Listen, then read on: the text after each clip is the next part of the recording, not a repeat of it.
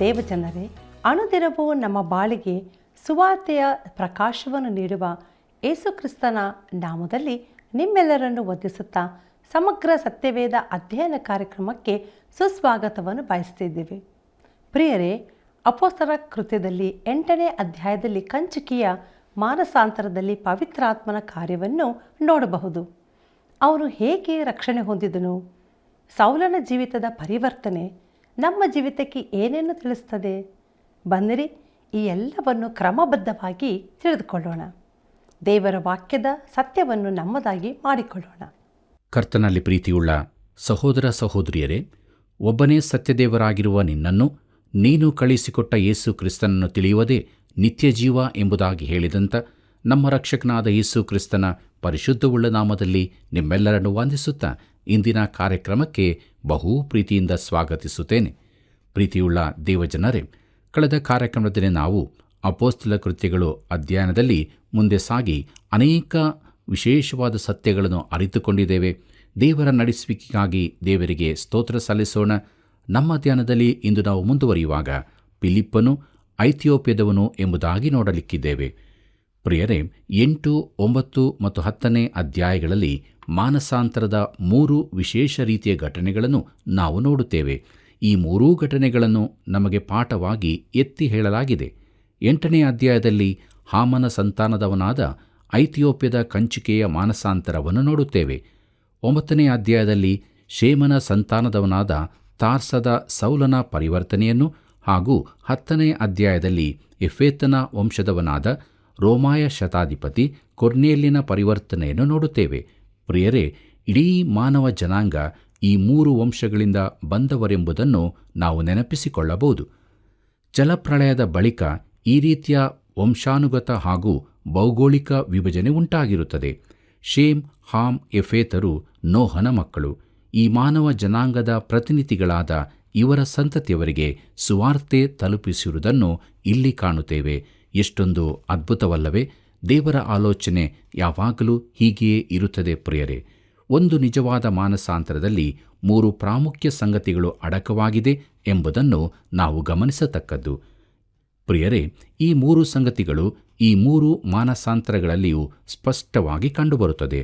ಅದರಲ್ಲಿ ಮೊದಲನೆಯದು ಪರಿಶುದ್ಧಾತ್ಮನ ಕಾರ್ಯ. ಪ್ರಿಯರೇ, ಪವಿತ್ರಾತ್ಮನು ಫಿಲಿಪ್ಪನನ್ನು ದೇವರಾತ್ಮನ ಮಹಾಕಾರ್ಯ ನಡೆಯುವ ಸಮಾರ್ಯಕ್ಕೆ ನಡೆಸಿದನು. ಬಳಿಕ ಪವಿತ್ರಾತ್ಮನು ಫಿಲಿಪ್ಪನನ್ನು ಗಾಜಕ್ಕೆ ಕರೆದುಕೊಂಡು ಹೋದನು. ಅಲ್ಲಿ ಪವಿತ್ರಾತ್ಮನು ಐಥಿಯೋಪ್ಯದ ಕಂಚುಕಿಯ ಹೃದಯವನ್ನು ಬದಲಾಯಿಸಿದ್ದನ್ನು ನೋಡುತ್ತೇವೆ. ಪ್ರಿಯರೇ, ಪವಿತ್ರಾತ್ಮನು ಮುಂದಾಗಿ ಹೃದಯವನ್ನು ಹಾಗೂ ಸಂದೇಶ ತರುವವನನ್ನು ಸಿದ್ಧಪಡಿಸಿದ್ದನ್ನು ನಾವು ನೋಡುತ್ತೇವೆ. ಈ ರೀತಿಯ ಪವಿತ್ರಾತ್ಮನ ನಡೆಸುವಿಕೆ ಅತೀ ಅವಶ್ಯವಾದದ್ದಾಗಿದೆ. ಈ ದಿನಗಳಲ್ಲಿ ತುಂಬ ವೈಯಕ್ತಿಕ ಸುವಾರ್ಥ ಸೇವೆಗಳು ಕ್ರಮವಿಲ್ಲದೆಯೂ ಪವಿತ್ರಾತ್ಮನ ನಡೆಸುವಿಕೆ ಇಲ್ಲದೆಯೂ ನಡೆಸಲ್ಪಡುತ್ತದೆ. ನಾವು ಯಾರೊಂದಿಗಾದರೂ ಮಾತನಾಡುವ ಮೊದಲು ಸ್ಪಷ್ಟವಾಗಿ ಪ್ರಾರ್ಥನೆ ಮಾಡಬೇಕೆಂದು ನಾನು ನಂಬುತ್ತೇನೆ. ಯಾಕಂದರೆ ವ್ಯಕ್ತಿಯೊಡನೆ ಕಾರ್ಯದ ಕುರಿತು ಮಾತನಾಡುವ ಮೊದಲು ಕರ್ತನೊಡನೆ ಆ ವ್ಯಕ್ತಿಯ ಕುರಿತಾಗಿ ನಾವು ಮಾತನಾಡಬೇಕು. ನಮ್ಮನ್ನು ನಡೆಸಲು ಪವಿತ್ರಾತ್ಮನ ಅಗತ್ಯಕತೆ ಇದೆ. ಆದರೆ ಅಷ್ಟೇ ಸರಳವಾದದಲ್ಲ. ಪ್ರಿಯರೇ, ದೇವರಾತ್ಮನು ನಮಗಿಂತ ಮುಂದಾಗಿ ಹೋಗಿ ಹಾದಿ ಸಿದ್ಧ ಮಾಡಬೇಕು. ಮಾನಸಾಂತರದ ಕಾರ್ಯದಲ್ಲಿ ಇದು ಮೊದಲನೆಯ ಅಗತ್ಯ ಸಂಗತಿ. ಐಥಿಯೋಪ್ಯದ ಕಂಚುಕಿ, ಸೌಲ ಹಾಗೂ ಕೊರ್ನೇಲ್ಯರ ಮಾನಸಾಂತರದಲ್ಲಿ ಇದನ್ನು ನಾವು ನೋಡುತ್ತೇವೆ. 2ನೇ ಸಂಗತಿಯನ್ನು ನೋಡುವಾಗ ಅದು ದೇವರ ವಾಕ್ಯ. ರೋಮಾಪುರದವರಿಗೆ ಬರೆದ ಪತ್ರಿಕೆ 10ನೇ ಅಧ್ಯಾಯ 17ನೇ ವಚನದಲ್ಲಿ ನೋಡುತ್ತೇವೆ, ಆದ ಕಾರಣ ಸಾರಿದ ವಾರ್ತೆಯು ನಂಬಿಕೆಗೆ ಆಧಾರ, ಆ ವಾರ್ತೆಗೆ ಕ್ರಿಸ್ತನ ವಾಕ್ಯವೇ ಆಧಾರ ಎಂಬುದಾಗಿ. ಪ್ರಿಯರೇ, ದೇವರ ವಾಕ್ಯವು 2ನೇ ಪ್ರಾಮುಖ್ಯವಾದ ಅವಶ್ಯಕತೆಯಾಗಿದೆ. ಪವಿತ್ರಾತ್ಮನು ಕ್ರಿಸ್ತನ ಕುರಿತಾದ ಸಂಗತಿಗಳನ್ನು ವ್ಯಕ್ತಿಗೆ ಪ್ರಕಟಿಸುತ್ತಾನೆ. ಅದು ದೇವರಾತ್ಮನು ದೇವರ ವಾಕ್ಯವನ್ನು ಉಪಯೋಗಿಸುವುದಾಗಿದೆ. ಆದರೆ ಒಂದು ಸಂಗತಿ, ಇದಕ್ಕೆ ಒಂದು ಮಾನವ ಮಾಧ್ಯಮವೂ ಬೇಕಾಗಿದೆ. 3ನೇದಾಗಿ ನೋಡುವಂಥ ಮುಖ್ಯ ಸಂಗತಿ ಯಾವುದೆಂದರೆ ದೇವರ ಮನುಷ್ಯನು ಎಂಬುದಾಗಿದೆ. ಪ್ರಿಯರೇ, ದೇವರಾತ್ಮನು ದೇವರ ಮನುಷ್ಯನ ಮೂಲಕ ದೇವರ ವಾಕ್ಯವನ್ನು ತಿಳಿಯಪಡಿಸಿ ಆ ಮೂಲಕ ಪುನರ್ಜೀವನ ಹೊಂದಿದ ದೇವರ ಮಗುವಾಗುವಂತೆ ಮಾಡುತ್ತಾನೆ. ಈ ಐಥಿಯೋಪ್ಯದ ಕಂಚುಕಿಯ ಮಾನಸಾಂತರದಲ್ಲಿ ನಾವು ಇದನ್ನೇ ನೋಡುತ್ತೇವೆ. ಕರ್ತನಲ್ಲಿ ಪ್ರಿಯರೇ, 8ನೇ ಅಧ್ಯಾಯದ 2ನೇ ಭಾಗದಲ್ಲಿ ನಾವು ಫಿಲಿಪ್ಪನ ಸೇವೆಯ ಇನ್ನೊಂದು ಭಾಗವನ್ನು ನೋಡುತ್ತೇವೆ. ಸುವಾರ್ತೆಯು ಸಮಾರ್ಯದಲ್ಲಿ ತಿಳಿಸಲ್ಪಟ್ಟಿತು. ಅಲ್ಲಿ ಅನೇಕ ಯಥಾರ್ಥ ವಿಶ್ವಾಸಿಗಳುಂಟಾದರು. ಆದರೆ ಮಂತ್ರವಾದಿ ಸೀಮೋನನ ಮೂಲಕ ಸಭೆಯೊಳಕ್ಕೆ ಕೆಟ್ಟದರ ಪ್ರವೇಶವಾದದ್ದನ್ನು ನೋಡಿದೆವು. ಆದರೆ ಆ ಸೀಮೋನನಿಗೆ ಪ್ರತಿಯಾಗಿ ಫಿಲಿಪ್ಪನು ಐಥಿಯೋಪ್ಯದ ಕಂಚುಕಿಯನ್ನು ಸಂಧಿಸುತ್ತಾನೆ. ಫಿಲಿಪ್ಪನು ಅವನನ್ನು ಕ್ರಿಸ್ತನ ಬಳಿಗೆ ನಡೆಸಿದನು. ಅವನು ನಿಜವಾದ ಯಥಾರ್ಥ ವಿಶ್ವಾಸಿಯೂ ಅದ್ಭುತನಾದ ದೇವರ ಮನುಷ್ಯನೂ ಆದನು. ಪ್ರೀತಿಯುಳ್ಳ ದೇವಜನರೇ, ಅಪೊಸ್ತಲ ಕೃತ್ಯಗಳು 8ನೇ ಅಧ್ಯಾಯ 26ನೇ ವಚನವನ್ನು ನೋಡೋಣ. ಅಲ್ಲಿ ಹೀಗೆ ಬರೆದದೆ: ಅಷ್ಟರಲ್ಲಿ ಕರ್ತನ ದೂತನು ಫಿಲಿಪ್ಪನಿಗೆ, ನೀನು ಎದ್ದು ದಕ್ಷಿಣದ ಕಡೆಗೆ ಯೆರೂಸಲೇಮಿನಿಂದ ಗಾಜಕ್ಕೆ ಹೋಗುವ ದಾರಿಯಲ್ಲಿ ಹೋಗು, ಅದು ಅಡವಿ ಎಂದು ಹೇಳಿದನು. ಪ್ರಿಯರೇ, ಸಮಾರ್ಯವು ಯೆರೂಸಲೇಮಿನ ಉತ್ತರಕ್ಕೆ ಇರುವಂತಹದ್ದು. ಫಿಲಿಪ್ಪನು ದಕ್ಷಿಣದ ಕಡೆಗೆ ಹೋಗುವಂತೆ ಆದೇಶ ಬಂದಿತು. ನಾವು ಗಾಜಾ ಪ್ರದೇಶ ಎಂದು ಹೇಳುವಂಥ ದಕ್ಷಿಣಕ್ಕೆ ಮೆಡಿಟರೇನಿಯನ್ ಭಾಗದಲ್ಲಿರುತ್ತದೆ. ಇದು ಐಥಿಯೋಪ್ಯಕ್ಕೂ ಐಗುಪ್ತಕ್ಕೂ ಇರುವ ವ್ಯಾಪಾರದ ಮಾರ್ಗವಾಗಿದೆ. ಅಲ್ಲಿಗೆ ಹೋಗಬೇಕಾದರೆ ಬಹುಶಃ ಯೆರೂಸಲೇಮಿನ ಮೂಲಕವಾಗಿ ಹೋಗಬೇಕು. ಫಿಲಿಪ್ಪನು ಸಮಾರ್ಯದಲ್ಲಿ ಜನಸಮೂಹಗಳಿಗೆ ಉಪದೇಶಿಸುತ್ತಿದ್ದನು. ಆದರೆ ಈಗ ಅವನು ಅಡವಿಯ ಜಾಗಕ್ಕೆ ಕಳುಹಿಸಲ್ಪಟ್ಟನು. ದೇವರ ಆತ್ಮನ ವಿಶೇಷ ಸಂಚಲನವಿರುವ ಆ ಸ್ಥಳವನ್ನು ಬಿಟ್ಟು ಅವನು ನಿರ್ಜನವಾದ ಅಡವಿಯ ಪ್ರದೇಶಕ್ಕೆ ಹೋಗಬೇಕಾಗಿದೆ. ಆದರೆ ಅವನು ಅಲ್ಲಿಗೆ ಮುಟ್ಟುವಾಗ ತಾನು ಸಾಕ್ಷಿ ಹೇಳಬೇಕಾದ ಒಬ್ಬನನ್ನು ದೇವರು ಅಲ್ಲಿ ಇಟ್ಟಿರುವುದನ್ನು ಕಾಣುತ್ತೇವೆ.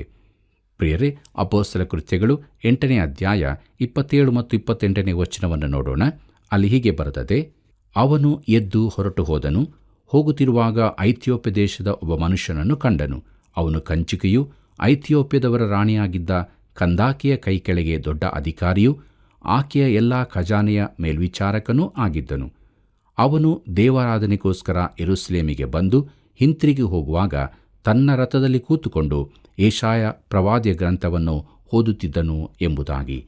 ಪ್ರೀತಿಯುಳ್ಳ ಸಹೋದರ ಸಹೋದರಿಯರೇ, ಈ ಐಥಿಯೋಪ್ಯದ ಕಂಚುಕಿಯು ತನ್ನ ರಾಣಿಯ ಎಲ್ಲ ಖಜಾನೆಯ ಮೇಲ್ವಿಚಾರಕನೂ ಆಗಿದ್ದಾನೆಂದು ಓದುತ್ತೇವೆ. ಅವನು ಒಬ್ಬ ಅಧಿಕಾರಿ, ಅದು ಮೇಲ್ಪಟ್ಟದ ಅಧಿಕಾರಿಯಾಗಿದ್ದನು. ಅವನು ಒಬ್ಬಂಟಿಗನಾಗಿ ಪ್ರಯಾಣ ಮಾಡುತ್ತಿರಲಿಲ್ಲ. ಅವನ ಜೊತೆಯಲ್ಲಿ ಅನೇಕ ಸೇವಕರು, ಹಿರಿಕಿರಿಯ ಅಧಿಕಾರಿಗಳು ಇದ್ದರು. ಅವನು ಕುದುರೆಗಳ ಕಡಿವಾಣ ಹಿಡಿದುಕೊಂಡು ರಥವನ್ನು ತಾನೇ ನಡೆಸುತ್ತಿರಲಿಲ್ಲ. ಅವನ ರಥಕ್ಕೆ ಸಾರಥಿ ಇದ್ದು ಅವನು ಆರಾಮವಾಗಿ ಕುಳಿತು ಪ್ರಯಾಣಿಸುತ್ತಿದ್ದನು. ಪ್ರಿಯರೇ, ಅವನು ಐಥಿಯೋಪ್ಯದ ಪ್ರಜೆಯಾಗಿದ್ದು ಯೆರೂಸಲೇಮಿಗೆ ಆರಾಧನೆಗಾಗಿ ಬಂದಿದ್ದನು. ಆದರೂ ಅವನು ಅಲ್ಲಿಂದ ಕತ್ತಲೆ ತುಂಬಿದವನಾಗಿ ಹಿಂತಿರುಗುತ್ತಿದ್ದನು. ಯೆಶಾಯ ಪ್ರವಾದಿಯ ಗ್ರಂಥವನ್ನು ಓದುತ್ತಿದ್ದನು. ಆದರೆ ತಾನು ಓದುತ್ತಿದ್ದರ ಅರ್ಥ ಅವನಿಗಾಗುತ್ತಿರಲಿಲ್ಲ. ಅಪೊಸ್ತಲ ಕೃತ್ಯಗಳು 8ನೇ ಅಧ್ಯಾಯ 29ನೇ ವಚನ ಹೀಗೆ ಹೇಳುತ್ತದೆ: ದೇವರಾತ್ಮನು ಫಿಲಿಪ್ಪನಿಗೆ, ನೀನು ಆ ರಥದ ಹತ್ತಿರ ಹೋಗಿ ಅದರ ಸಂಗಡಲೇ ನಡೆ ಎಂದು ಹೇಳಿದನು ಎಂಬುದಾಗಿ. ಪ್ರಿಯರೇ, ಇಲ್ಲಿ ಪವಿತ್ರಾತ್ಮನು ನಡೆಸುತ್ತಿದ್ದಾನೆ.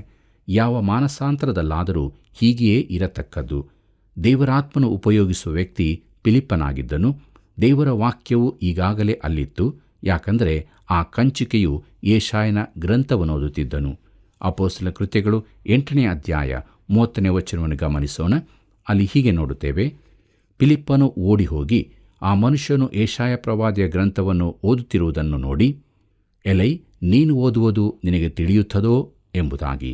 ಪ್ರಿಯರೇ, ಫಿಲಿಪ್ಪನು ಆ ದಾರಿಯಲ್ಲಿ ಓಡುತ್ತಾ ಕಂಚುಕಿಯು ಓದುವುದನ್ನು ನೋಡಿ, ನೀನು ಓದುವುದು ನಿನಗೆ ತಿಳಿಯುತ್ತದೋ ಎಂದು ಕೇಳಿದನು. ಐಥಿಯೋಪ್ಯದವನಿಗೆ ತಿಳಿಯದೇ ಇದ್ದರಿಂದ ಫಿಲಿಪ್ಪನನ್ನು ಅವನು ತನ್ನೊಡನೆ ರಥದೊಳಗೆ ಕರೆದುಕೊಂಡನು. ಅಪೊಸ್ತಲ ಕೃತ್ಯಗಳು 8ನೇ ಅಧ್ಯಾಯ 31ನೇ ವಚನದಿಂದ 33ನೇ ವಚನದವರೆಗೆ ನೋಡೋಣ. ಅಲ್ಲಿ ನಾವು ಹೀಗೆ ನೋಡುತ್ತೇವೆ: ಅವನು, ಯಾರಾದರೂ ನನಗೆ ಅರ್ಥ ತಿಳಿಸಿಕೊಟ್ಟ ಹೊರತು ಅದು ನನಗೆ ಹೇಗೆ ತಿಳಿದೀತು ಎಂದು ಹೇಳಿ, ನೀನು ರಥವನ್ನು ಹತ್ತಿ ನನ್ನ ಬಳಿಯಲ್ಲಿ ಕೂತುಕೋ ಎಂಬುದಾಗಿ ಫಿಲಿಪ್ಪನನ್ನು ಕೇಳಿಕೊಂಡನು. ಅವನು ಓದುತ್ತಿದ್ದ ಶಾಸ್ತ್ರವಚನವು ಯಾವುದೆಂದರೆ, ವಧ್ಯಸ್ಥಾನಕ್ಕೆ ಒಯ್ಯಲ್ಪಡುವ ಕುರಿಯಂತೆ ಆತನು ಒಯ್ಯಲ್ಪಟ್ಟನು. ಕುರಿಮರಿಯು ಉಣ್ಣೆ ಕತ್ತರಿಸುವರ ಮುಂದೆ ಮೌನವಾಗಿರುವಂತೆ ಆತನು ಬಾಯಿ ತೆರೆಯಲೇ ಇಲ್ಲ. ಆತನಿಗುಂಟಾದ ದೀನಾವಸ್ಥೆಯಲ್ಲಿ ನ್ಯಾಯವು ಇಲ್ಲದೆ ಹೋಯಿತು. ಆತನ ಸಕಾಲದವರನ್ನು ಹೇಳತಕ್ಕದೇನು? ಆತನ ಜೀವವನ್ನು ಭೂಮಿಯ ಮೇಲಿಂದ ತೆಗೆದು ಬಿಟ್ಟರಲ್ಲ ಎಂಬುದೇ. ಪ್ರೀತಿಯುಳ್ಳ ದೇವಜನರೇ, ಅವನು ಯಾವ ಭಾಗದಿಂದ ಓದುತ್ತಿದ್ದಾನೆ? ಅದು ಯೆಶಾಯ ಪ್ರವಾದಿಯ 53ನೇ ಅಧ್ಯಾಯದಿಂದ ಎಂದು ನಮಗೆ ತಿಳಿದಿದೆ. ಅವನು 7 ಮತ್ತು 8ನೇ ವಚನಗಳನ್ನು ಓದುತ್ತಿದ್ದಾನೆ. ಅವನು ಕೆಲವು ಸಮಯದಿಂದಲೂ ಇದನ್ನು ಓದುತ್ತಿದ್ದಿರಬಹುದು. ಇದರ ಹಿಂದಿನ ಭಾಗವನ್ನು ಅವನು ಓದಿದ್ದಿರಬಹುದು. ಆ ಭಾಗ ಹೀಗಿದೆ: ಯೆಶಾಯನ ಪ್ರವಾದನೆ ಗ್ರಂಥ 53ನೇ ಅಧ್ಯಾಯ 3-6 ವಚನಗಳು. ಅಲ್ಲಿ ನಾವು ಹೀಗೆ ನೋಡುತ್ತೇವೆ, ಅವನು ಧಿಕ್ಕರಿಸಲ್ಪಟ್ಟನು, ಮನುಷ್ಯರು ಸೇರಿಸಿಕೊಳ್ಳದವನು, ಸಂಕಷ್ಟಕ್ಕೊಳಗಾದವನು, ವ್ಯಾಧಿಪೀಡಿತನು, ಜನರು ಮುಖವನ್ನು ಓರೆ ಮಾಡಿಕೊಳ್ಳುವ ಅಧಿಕಾರಕ್ಕೆ ಒಳಗಾದವನೂ ಆಗಿದ್ದನು. ನಾವು ಅವನನ್ನು ಲಕ್ಷ್ಯಕ್ಕೆ ತರಲಿಲ್ಲ. ನಿಜವಾಗಿಯೂ ನಮ್ಮ ಸಂಕಟಗಳನ್ನು ಅನುಭವಿಸಿದನು. ಅವನು ಹೊತ್ತ ಹೊರೆಯು ನಮ್ಮ ಸಂಕಟವೇ ಹೌದು. ನಾವಾದರೂ ಅವನು ದೇವರಿಂದ ಬಾಧಿತನು, ಪೆಟ್ಟು ತಿಂದವನು, ಕುಗ್ಗಿಸಲ್ಪಟ್ಟವನು ಎಂದು ಭಾವಿಸಿಕೊಂಡೆವು. ನಮ್ಮ ದ್ರೋಹಗಳ ದೆಸೆಯಿಂದ ಅವನಿಗೆ ಗಾಯವಾಯಿತು, ನಮ್ಮ ಅಪರಾಧಗಳ ನಿಮಿತ್ತ ಅವನು ಜಜ್ಜಲ್ಪಟ್ಟನು. ನಮಗೆ ಸುಕ್ಷೇಮವನ್ನುಂಟು ಮಾಡುವ ದಂಡನೆಯನ್ನು ಅವನು ಅನುಭವಿಸಿದನು. ಅವನ ಬಾಸುಂಡೆಗಳಿಂದ ನಮಗೆ ಗುಣವಾಯಿತು. ನಾವೆಲ್ಲರೂ ಕುರಿಗಳಂತೆ ದಾರಿ ತಪ್ಪಿ ತೊಳಲುತ್ತಿದ್ದೆವು. ಪ್ರತಿಯೊಬ್ಬನು ತನ್ನ ತನ್ನ ದಾರಿಯನ್ನು ಹಿಡಿಯುತ್ತಿದ್ದನು. ನಮ್ಮೆಲ್ಲರ ದೋಷ ಫಲವನ್ನು ಯೆಹೋವನು ಅವನ ಮೇಲೆ ಹಾಕಿದನು ಎಂಬುದಾಗಿ. ಪ್ರೀತಿಯುಳ್ಳ ದೇವಜನರೇ, ಅಪೊಸ್ತಲ ಕೃತ್ಯಗಳು 8ನೇ ಅಧ್ಯಾಯ 34ನೇ ವಚನ ಹೀಗೆ ಹೇಳುತ್ತದೆ, ಕಂಚಿಕೆಯು ಈ ವಚನವನ್ನು ಕುರಿತು, ಪ್ರವಾದಿಯು ಇದನ್ನು ಯಾರ ವಿಷಯದಲ್ಲಿ ಹೇಳಿದ್ದಾನೆ? ತನ್ನ ವಿಷಯದಲ್ಲಿಯೋ ಮತ್ತೊಬ್ಬನ ವಿಷಯದಲ್ಲಿಯೋ ದಯಮಾಡಿ ಹೇಳಬೇಕು ಎಂದು ಫಿಲಿಪ್ಪನನ್ನು ಕೇಳಿದನು ಎಂಬುದಾಗಿ. ಪ್ರಿಯರೇ, ಎಂಥ ಒಳ್ಳೆಯ ಭಾಗದಿಂದ ಆರಂಭವಾಗಿದೆ ನೋಡಿರಿ. ಪವಿತ್ರಾತ್ಮನು ನಡೆಸುವಾಗ ಪ್ರತಿಯೊಂದನ್ನು ಹೀಗೆ ಅದ್ಭುತವಾದ ರೀತಿಯಲ್ಲಿ ತೆರೆಯುತ್ತಾನೆ. ಆತನು ಕ್ರಿಸ್ತನ ಸಂಗತಿಗಳನ್ನು ತೆಗೆದುಕೊಂಡು ಅದನ್ನು ಸ್ಪಷ್ಟವಾಗುವಂತೆ ತಿಳಿಸುತ್ತಾನೆ. ಅಪೊಸ್ತಲ ಕೃತ್ಯಗಳು 8ನೇ ಅಧ್ಯಾಯ 35ನೇ ವಚನವನ್ನು ಗಮನಿಸೋಣ. ಅಲ್ಲಿ ಹೀಗೆ ನೋಡುತ್ತೇವೆ, ಫಿಲಿಪ್ಪನು ಉಪದೇಶುವುದಕ್ಕೆ ತೊಡಗಿ ಅದೇ ವಚನವನ್ನು ಆಧಾರ ಮಾಡಿಕೊಂಡು ಅವನಿಗೆ ಯೇಸುವಿನ ವಿಷಯವಾದ ಸುವಾರ್ತೆಯನ್ನು ತಿಳಿಸಿದನು ಎಂಬುದಾಗಿ. ಪ್ರಿಯರೇ, ಪವಿತ್ರಾತ್ಮನು ದೇವರ ವಾಕ್ಯವನ್ನು ಉಪಯೋಗಿಸುತ್ತಾನೆ. ಜನರು ಸಂಗೀತ ಕೇಳುವುದರಿಂದ ಮಾನಸಾಂತರ ಹೊಂದುತ್ತಾರೆಂದು ನಾನು ನೆನೆಸುವುದಿಲ್ಲ. ಸಂಗೀತವು ಜನರಲ್ಲಿ ಭಾವನಾತ್ಮಕ ಪರಿಣಾಮ ಬೀರಿ ಕ್ರಿಸ್ತನಿಗಾಗಿ ತೀರ್ಮಾನ ಮಾಡುವುದರಲ್ಲಿ ಸಹಾಯ ಮಾಡಬಹುದು. ಆದರೆ ದೇವರ ವಾಕ್ಯವಿಲ್ಲದೆ ನಿಜವಾದ ಮಾನಸಾಂತರ ಉಂಟಾಗಲಾರದು. ಅದಕ್ಕೆ ದೇವರ ವಾಕ್ಯ ಬೇಕೇ ಬೇಕು. ಅದು ಎಷ್ಟು ಪ್ರಾಮುಖ್ಯ! ಪ್ರಿಯರೇ, ದೇವರು ಜನಸಮೂಹಗಳ ಮಾನಸಾಂತರಕ್ಕಾಗಿ ಉಪಯೋಗಿಸಿದ ಸೀಮೋನ್ ಪೇತ್ರನು ಕೂಡ ಒಬ್ಬ ವ್ಯಕ್ತಿಯ ರಕ್ಷಣೆಗೆ ದೇವರ ವಾಕ್ಯ ಅಗತ್ಯವೆಂದು ಹೇಳುತ್ತಾನೆ. ಪೇತ್ರನು ಬರೆದ 1ನೇ ಪತ್ರಿಕೆ 1ನೇ ಅಧ್ಯಾಯ 23ನೇ ವಚನದಲ್ಲಿ ಹೀಗೆ ನೋಡುತ್ತೇವೆ, ನೀವು ಪುನರ್ಜನ್ಮ ಹೊಂದಿದವರಾಗಿದ್ದೀರಲ್ಲ. ಆ ಜನ್ಮವು ನಾಶವಾಗುವ ಬೀಜದಿಂದ ಉಂಟಾದದಲ್ಲ, ನಾಶವಾಗದ ಬೀಜದಿಂದಲೇ ಉಂಟಾದದ್ದು. ಅದು ದೇವರ ಸದಾ ಜೀವವುಳ್ಳ ವಾಕ್ಯದ ಮೂಲಕವಾಗಿ ಉಂಟಾಯಿತು ಎಂಬುದಾಗಿ. ಕರ್ತನಲ್ಲಿ ಪ್ರಿಯರೇ, ದೇವರಾತ್ಮನು ದೇವರ ವಾಕ್ಯವನ್ನು ಉಪಯೋಗಿಸುವಾಗ ಏನು ಸಂಭವಿಸುತ್ತದೆ? ಪ್ರಿಯರೇ, ಈ ಇಬ್ಬರು ರಥದಲ್ಲಿ ಕುಳಿತಿದ್ದರು. ಫಿಲಿಪ್ಪನೊಂದಿಗೆ ಕಂಚಿಕೆಯು ದೇವರ ವಾಕ್ಯದ ಕುರಿತಾಗಿ ಚರ್ಚಿಸುತ್ತಿದ್ದನು. ಫಿಲಿಪ್ಪನು ಅವನಿಗೆ ಯೇಸುವಿನ ಕುರಿತಾಗಿ ತಿಳಿಸುತ್ತಿದ್ದನು. ಅಪೊಸ್ತಲ ಕೃತ್ಯಗಳು 8ನೇ ಅಧ್ಯಾಯ 36 ಮತ್ತು 37ನೇ ವಚನವನ್ನು ಗಮನಿಸೋಣ. ಅಲ್ಲಿ ಹೀಗೆ ಬರೆದದೆ, ಅವರು ದಾರಿಯಲ್ಲಿ ಹೋಗುತ್ತಿರುವಾಗ ನೀರಿನ ಬಳಿಗೆ ಬಂದರು. ಕಂಚಿಕೆಯು, ಅಗೋ ನೀರು, ನನಗೆ ದೀಕ್ಷಾಸ್ನಾನವಾಗುವುದಕ್ಕೆ ಅಡ್ಡಿಯೇನು ಎಂದು ಹೇಳಿ ರಥವನ್ನು ನಿಲ್ಲಿಸು ಎಂದು ಅಪ್ಪಣೆ ಕೊಟ್ಟನು ಎಂಬುದಾಗಿ. ಪ್ರಿಯರೇ, ಫಿಲಿಪ್ಪನಿಗೆ ಈಗಾಗಲೇ ಮಂತ್ರವಾದಿ ಸೀಮೋನನೊಂದಿಗೆ ಅನುಭವವಾಗಿರುವುದನ್ನು ನೆನಪಿಸಿಕೊಳ್ಳಿರಿ. ಈ ಸಂಗತಿ ಪುನರುಚ್ಚಾರವಾಗುವುದು ಅವನಿಗೆ ಇಷ್ಟವಿರಲಿಲ್ಲ. ಈ ಕಂಚಿಕೆಯು ನೀರಿನ ದೀಕ್ಷಾಸ್ನಾನವಾಗಬೇಕೆಂದು ಕೇಳಿಕೊಂಡಾಗ ಅವನು ತನ್ನ ಪೂರ್ಣ ಹೃದಯದಿಂದ ನಂಬುತ್ತಾನೆಂಬುದನ್ನು ಖಂಡಿತ ಮಾಡಿಕೊಂಡನು. ಅಪೊಸ್ತಲ ಕೃತ್ಯಗಳು 8ನೇ ಅಧ್ಯಾಯ 38 ಮತ್ತು 39ನೇ ವಚನವನ್ನು ನೋಡೋಣ. ಅಲ್ಲಿ ಹೀಗೆ ಬರೆದದೆ, ಫಿಲಿಪ್ಪನು ಕಂಚಿಕೆಯು ಇಬ್ಬರೂ ನೀರಿನೊಳಕ್ಕೆ ಇಳಿದರು. ಫಿಲಿಪ್ಪನು ಅವನಿಗೆ ದೀಕ್ಷಾಸ್ನಾನ ಮಾಡಿಸಿದನು. ಅವರು ನೀರನ್ನು ಬಿಟ್ಟು ಮೇಲಕ್ಕೆ ಬಂದಾಗ ಕರ್ತನ ಆತ್ಮ ಫಿಲಿಪ್ಪನನ್ನು ಎತ್ತಿಕೊಂಡು ಹೋಗಲಾಗಿ, ಕಂಚಿಕೆಯು ಸಂತೋಷವುಳ್ಳವನಾಗಿ ತನ್ನ ದಾರಿಯನ್ನು ಹಿಡಿದು ಅವನನ್ನು ಕಾಣಲೇ ಇಲ್ಲ ಎಂಬುದಾಗಿ. ಪ್ರೀತಿಯುಳ್ಳ ದೇವಜನರೇ, ಫಿಲಿಪ್ಪನು ಆ ಸ್ಥಳದಿಂದ ಎತ್ತಲ್ಪಟ್ಟನು. ಅಲ್ಲಿ ಅವನ ಅಗತ್ಯಕತೆ ಇನ್ನೂ ಇರಲಿಲ್ಲ. ಐಥಿಯೋಪ್ಯದ ಕಂಚಿಕೆಯು ಆ ಬಳಿಕ ಕಾಣಿಸಲಿಲ್ಲ. ಅವನು ಸಂತೋಷವುಳ್ಳವನಾಗಿ ತನ್ನ ದಾರಿ ಹಿಡಿದು ಹೋದನು. ಈ ಮನುಷ್ಯನಿಂದ ಏನಾಯಿತು? ಪ್ರಿಯರೇ, ಮೊದಲ ಮಹಾಸಭೆ ಅಮೆರಿಕದಲ್ಲಿ ಉಂಟಾಗಲಿಲ್ಲ. ಅದು ಯುರೋಪಿನಲ್ಲೂ ಆಗಲಿಲ್ಲ, ಯೆರೂಸಲೇಮಿನಲ್ಲೂ ಅಲ್ಲ, ಸಣ್ಣ ಏಷ್ಯಾದಲ್ಲೂ ಅಲ್ಲ. ಪ್ರಥಮ ದೊಡ್ಡ ಸಭೆಯು ಉತ್ತರ ಆಫ್ರಿಕಾದಲ್ಲಿ ಹುಟ್ಟಿಕೊಂಡಿತು. ಆ ಐಥಿಯೋಪ್ಯದವನು ಬಹುಶಃ ಹಿಂತಿರುಗಿ ಹೋದ ಬಳಿಕ ಅವನ ಸಾಕ್ಷಿ ಹಾಗೂ ಪ್ರಭಾವಗಳಿಂದಾಗಿ ಅಲ್ಲಿ ಒಂದು ಸಭೆ ಆರಂಭವಾಗಿರಬೇಕು. ಉತ್ತರ ಆಫ್ರಿಕಾದಲ್ಲಾದ ಪ್ರಥಮ ಸಭೆಯ ಕುರಿತು ಓದುವುದು ಎಷ್ಟೋ ಲಾಭಕರವಾದದ್ದು. ಫಿಲಿಪ್ಪನು ಎಲ್ಲಿಗೆ ಹೋದನು? ಅಪೊಸ್ತಲ ಕೃತ್ಯಗಳು 8ನೇ ಅಧ್ಯಾಯ 40ನೇ ವಚನವನ್ನು ನೋಡೋಣ. ಅಲ್ಲಿ ಹೀಗೆ ಬರೆದದೆ, ತರುವಾಯ ಫಿಲಿಪ್ಪನು ಅಜೋತಿನಲ್ಲಿ ಕಾಣಿಸಿಕೊಂಡು ಅಲ್ಲಿಂದ ಕೈಸರಿಯ ತನಕ ಎಲ್ಲ ಊರುಗಳಲ್ಲಿ ಸುವಾರ್ತೆಯನ್ನು ಸಾರುತ್ತಾ ಹೋದನು ಎಂಬುದಾಗಿ.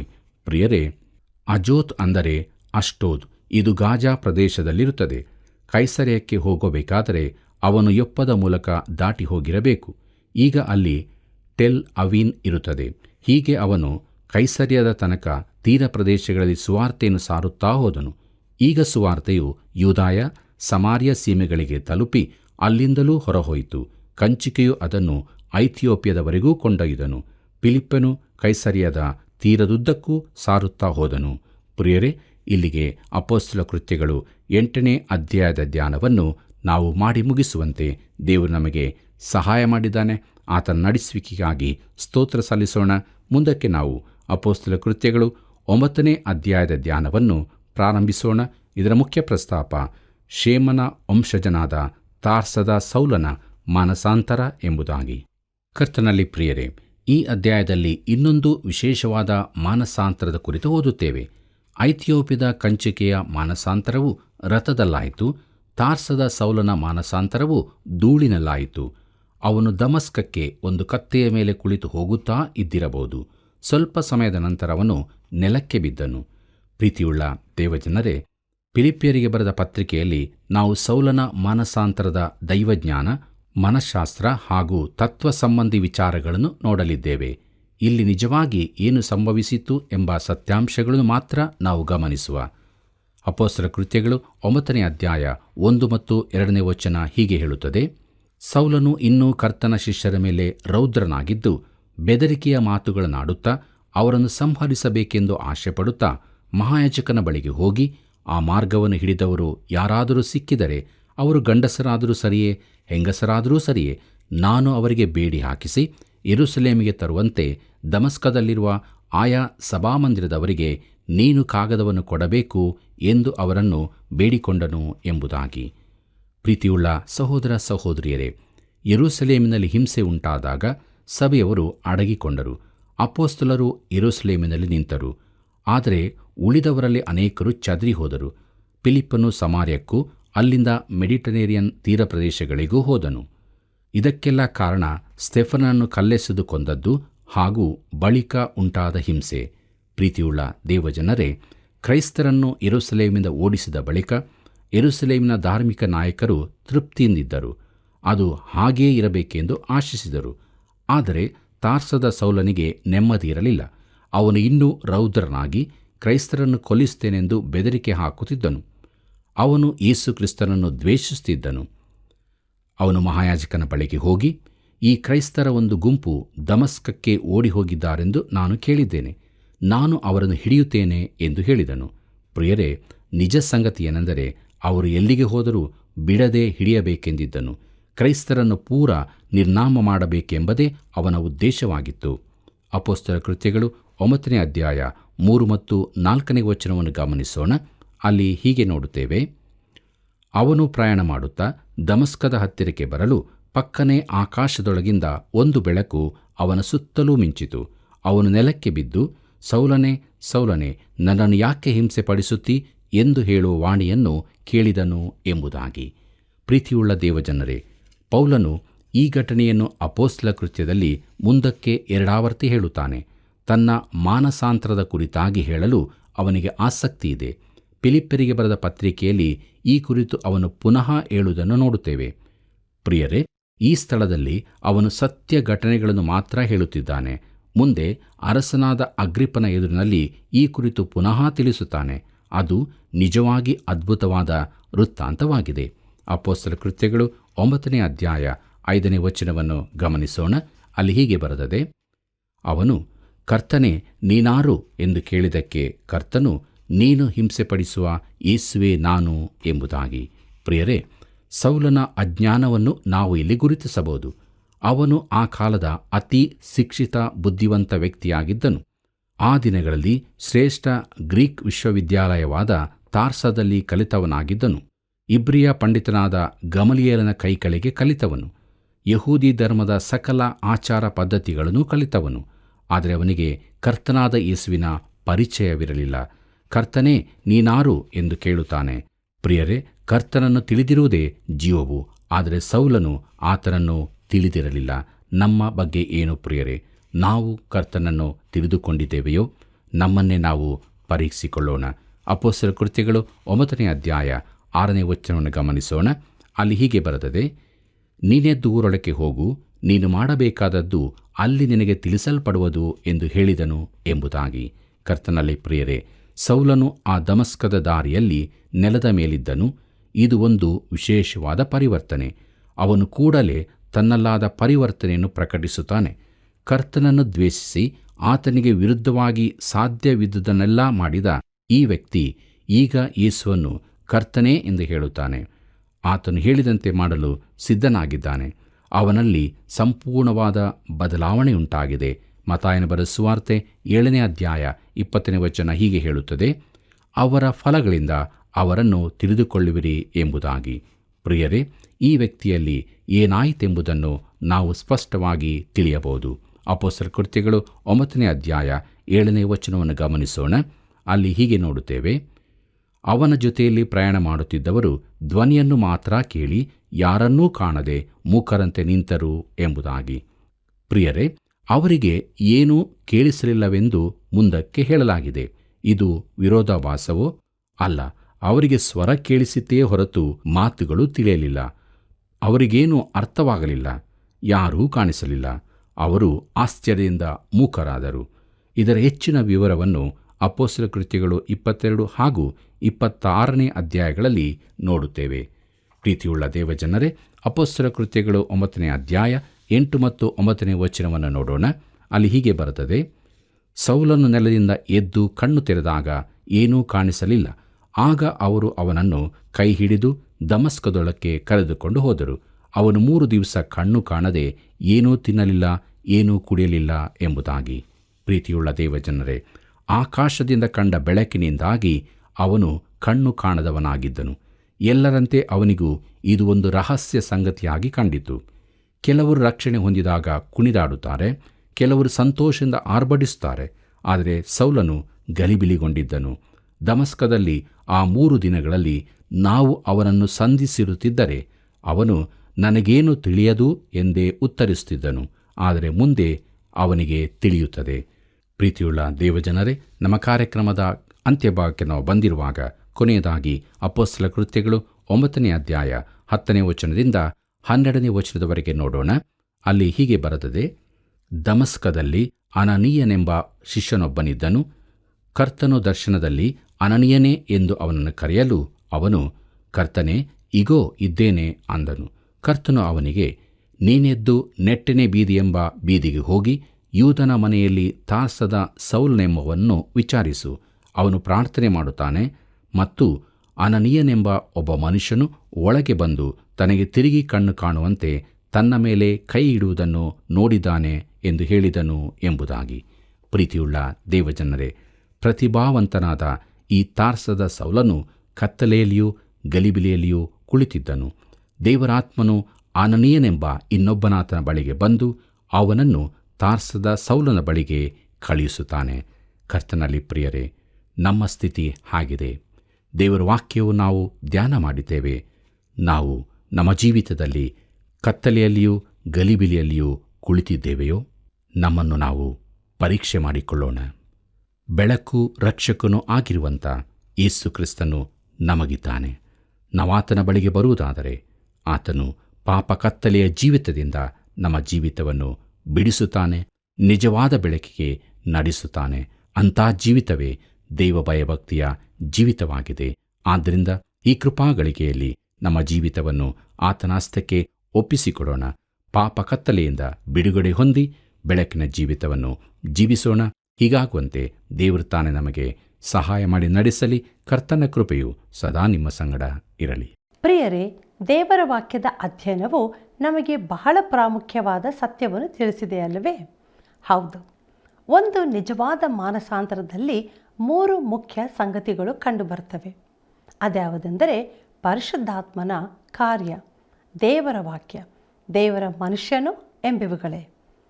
ದಮಸ್ಕದ ದಾರಿಯಲ್ಲಿ ಮತಾಸಕ್ತನು ಈ ಲೋಕದ ಜ್ಞಾನಿಯಾದ ಸೌಲನ ಅಜ್ಞಾನವನ್ನು ನೋಡುತ್ತೇವೆ. ಅವನು, ಕರ್ತನೇ, ನೀನ್ಯಾರು ಎಂದನು. ಪ್ರಿಯರೇ, ನಮ್ಮ ವಿಶ್ವಾಸದ ಜೀವಿತದಲ್ಲಿ ನಾವು ಅಜ್ಞಾನಿಗಳಾಗದೆ ದೇವಜ್ಞಾನದಿಂದ ತುಂಬಿದವರಾಗಿ ನಡೆದು ದೇವರನ್ನು ಘನಪಡಿಸೋಣ. ಬನ್ನಿರಿ ಪ್ರಾರ್ಥನೆಯನ್ನು ಮಾಡೋಣ. ಸ್ತುತಿ ಸ್ತೋತ್ರಗಳ ಮಧ್ಯದಲ್ಲಿ ವಾಸ ಮಾಡುವಂಥ ನಮ್ಮ ಸ್ವರ್ಗೀಯ ತಂದೆಯಾದ ದೇವರೇ, ಸರ್ವಜ್ಞಾನಿಯಾಗಿರುವಂಥ ದೇವರು ನೀನು ಕರ್ತನೆ, ಸರ್ವವ್ಯಾಪಿಯಾಗಿರುವಂಥ ದೇವರು, ಸರ್ವಶಕ್ತನಾಗಿರುವಂಥ ದೇವರು. ಇಂಥ ಮಹಿಮೆಯುಳ್ಳ ದೇವರನ್ನು ಆರಾಧಿಸುತ್ತಾ ಈ ಕಾರ್ಯಕ್ರಮವನ್ನು ವೀಕ್ಷಿಸುತ್ತಿರುವಂಥ ಪ್ರತಿಯೊಬ್ಬ ಸಹೋದರ ಸಹೋದರಿಯರನ್ನು ಆಶೀರ್ವದಿಸು. ಅವ್ರಿಗೂ ಬೇಕಾದಂಥ ಜ್ಞಾನವನ್ನು ಅನುಗ್ರಹಿಸು. ಈ ಲೋಕದಲ್ಲಿ ನಿನಗಾಗಿ ಸಾಕ್ಷಿಗಳಾಗಿ ನಿಲ್ಲಲು ಸಹಾಯ ಮಾಡಬೇಕೆಂದು ಈ ಪ್ರಾರ್ಥನೆಯನ್ನು ನಜರೇತಿನ ಯೇಸುವಿನ ನಾಮದಲ್ಲಿ ಬೇಡಿದ್ದೇವೆ ತಂದೆಯೇ, ಆಮೇನ್.